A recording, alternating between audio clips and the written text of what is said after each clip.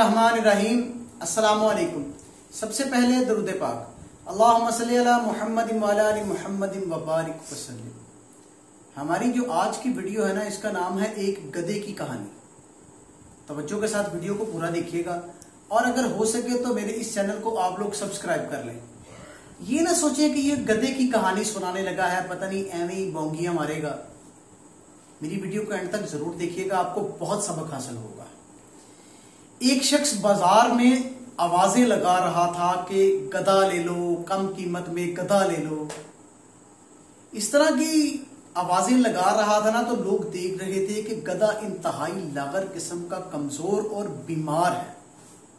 कोई भी उसको खरीदने में इंटरेस्टेड नहीं था, दिलचस्पी नहीं रखता था कि अचानक वहां से एक बादशाह का गुजर हुआ। बादशाह अपने वजीर के साथ कहीं जा रहा था। बादशाह वजीर के साथ गधे के मालिक के पास आया और पूछा, भाई गधा कितने का बेच रहे हो? ये सवाल किया गधा बेचने वाले से। तो इसने कहा, आलीजा 500 दिनार का बेच रहा हूं। बादशाह बहुत हैरान हुआ कि गधा तो 10, 20, 30 दिनार में आ जाता है, तुम 500 दिनार का बेच रहे हो? इस गधे में क्या खास बात है, इतना महंगा क्यों है? वो जो बंदा था ना, जो बादशाह को गधा बना रहा था, कहने लगा, हुजूर ये तो बड़ा ही करामती गधा है, बहुत ही करामात इस गधे ने दिखाई हैं। बादशाह बहुत हैरान हुआ। बादशाह कहता कि क्या करामात दिखाई हैं? वो कहने लगा कि हुजूर जो इस गधे पर बैठता है उसको मुकद्दस मकामात बड़े वासिया दिखाई देते हैं। बादशाह को यकीन ना हुआ और कहने लगा कि अगर तुम्हारी बात सही हुई, मुकद्दस मकामात वाली, तो मैं तुम्हें 1 लाख दिरहम दूंगा, और अगर तुम्हारी बात झूठ हुई तो तुम्हारा सर कलम कर दूंगा, तुम्हारा जो सर है ना, इसको दरमियान से काट दूंगा। उसने कहा, बादशाह सलामत, मुझे मंजूर है। और साथ ही बादशाह ने अपने वजीर को कहा कि इस पर बैठो और देखो कि क्या दिखता है। लेकिन जब वजीर बैठने लगा तो गधे वाले ने बड़ा ही अजीब काम किया और कहा कि हुजूर ये सिर्फ और सिर्फ उस बंदे को दिखाई देता है जो गुनाहगार ना हो। अगर उस बंदे ने कोई गुनाह किया हो ना, तो उस बंदे को मुकद्दस मकामात दिखाई नहीं देते। जो एक बाप की औलाद हो ना, उसको मुकद्दस मकामात नजर आते हैं, वरना किसी को नजर नहीं आते। वजीर कहने लगा कि हम गुनाहगार नहीं हैं, पीछे हो, हम एक बाप की औलाद है, तुम पीछे हो जाओ। तो ये उसको गालियां देता हुआ गधे के ऊपर बैठ गया। लेकिन हुआ क्या, ना कुछ नजर आना था और ना कुछ नजर आया। अब वो सोचने लगा कि अगर मैंने सच कह दिया ना कि कुछ भी नजर नहीं आ रहा, तो बदनामी बड़ी होगी, मुझे गुनाहगार भी कहा जाएगा, मुझे झूठा मक्कार दगाबाज भी कहा जाएगा, और सबसे बड़ी बात है कि मुझे एक बाप की औलाद भी नहीं कहा जाएगा। तो लिहाजा वो अचानक ही चिल्लाने लग गया। उसने प्लान बना लिया कि मैं अब कुछ ना कुछ करता हूं। चिल्लाते चिल्लाते कहने लगा कि वाह क्या नजारा है, मुकद्दस मकामात मुझे बड़े अच्छे तरीके से नजर आ रही हैं, क्या बात है। अच्छा ना, अब ये सुनकर बादशाह में तजस्सुस पैदा हो गया। वो उस वजीर को कहता कि नीचे उतरो जल्दी से, मैंने इसके ऊपर बैठना है।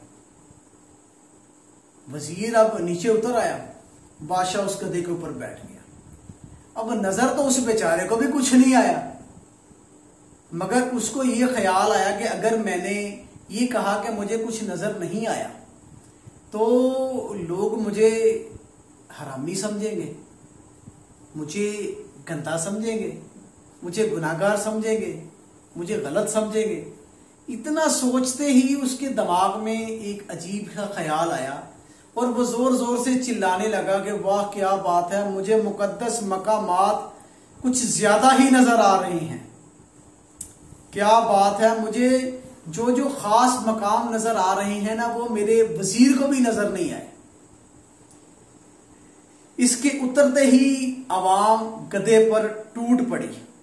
کوئی گدھے کو چھونے کی کوشش کرنے لگا، کوئی چومنے لگا، تو کوئی بال کاٹ کر تبرک کے ساتھ رکھنے لگا، وغیرہ وغیرہ. اس طرح کے کام شروع ہو گئے.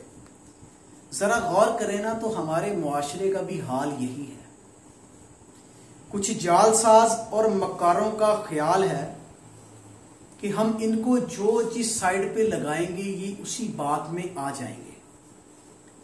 اور جنہوں نے دین کے نام پر ایک ڈھونگ رچایا ہوا ہے، سیاست کے نام پر مکر و فریب شروع کیا ہوا ہے، اور سادہ لو عوام کو اندھا کانا بنا رکھا ہے. میں ہر بندے کے بارے میں بات نہیں کروں گا، بڑے بڑے اللہ کے ولی بیٹھے ہیں، مگر ایسے ایسے نام نہاد دین کے ٹھیکیدار اور پیر حضرات بیٹھے ہیں جنہوں نے اہل سنت کا بیڑا ہی غرق کر دیا. معاذ اللہ ڈھول، گانے، باجے، تماشے یہ ان کی محافل میں روٹین کے ساتھ ہو رہا ہے. ان کو دیکھ کر اہل سنت کا سر شرم سے جھک جاتا ہے، کیونکہ ان لوگوں نے، یہ جو لوگ ہیں نا، یہ ہمارے اس وقت میں پیر نہیں ہیں، یہ پیڑ ہے. بعض اوقات تو میرے اپنے دل میں خیال آتا ہے کہ یار اس طرح کا ڈھونگ رچا کر پیسے لوٹ لیے جائیں لوگوں سے. لوگ اندھے ہیں، مذہب کے نام پر انتہائی بکنے والے لوگ ہیں.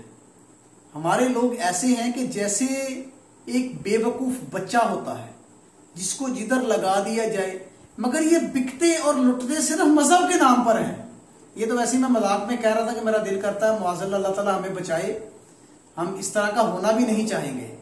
کیونکہ یہ جو گناہ گار لوگ ہوتے ہیں نا، یہ اپنے آپ کو نیک بنانے کے لیے اس طرح کا ڈھونگ رچاتے ہیں، اور ہمارے سادہ لو عوام ان کا شکار ہو جاتے ہیں. اور ان سے کسی نے اختلاف کیا تو معاشرے میں لوگ ان کو حرامی، گناہ گار اور جاہل کے نام سے پکارتے ہیں. یہ تو بڑا ہی حرامی ہے، بڑا ہی گناہ گار ہے، بڑا ہی جاہل ہے، یہ پیر صاحب کی عزت نہیں کرتا. پیر صاحب آئے تو اس نے آگے آ کر پیر صاحب کی جوتیاں نہیں اٹھائی، پیر صاحب کو کھانا نہیں پیش کیا، یہ اپنے گھر میں بکرے کا گوشت نہیں بنا سکا. پیر صاحب تو کھاتے ہی صرف بکرے کا گوشت ہے. اور اللہ کے بندو ڈر جاؤ، غیر اخلاقی پیروں سے بچ جاؤ. اپنی بیویوں کو، اپنی بہنوں کو، اپنی ماؤں کو پیروں کے آگے لے کے جاتے ہو کہ پیر صاحب ان کو دم کر دیں. آپ کی ماں، بہن، بیوی، بیٹی آپ کے پیر کے لیے نامحرم ہے، پاس آ جائیں. اس طرح کی چیزوں کو چھوڑ دیں.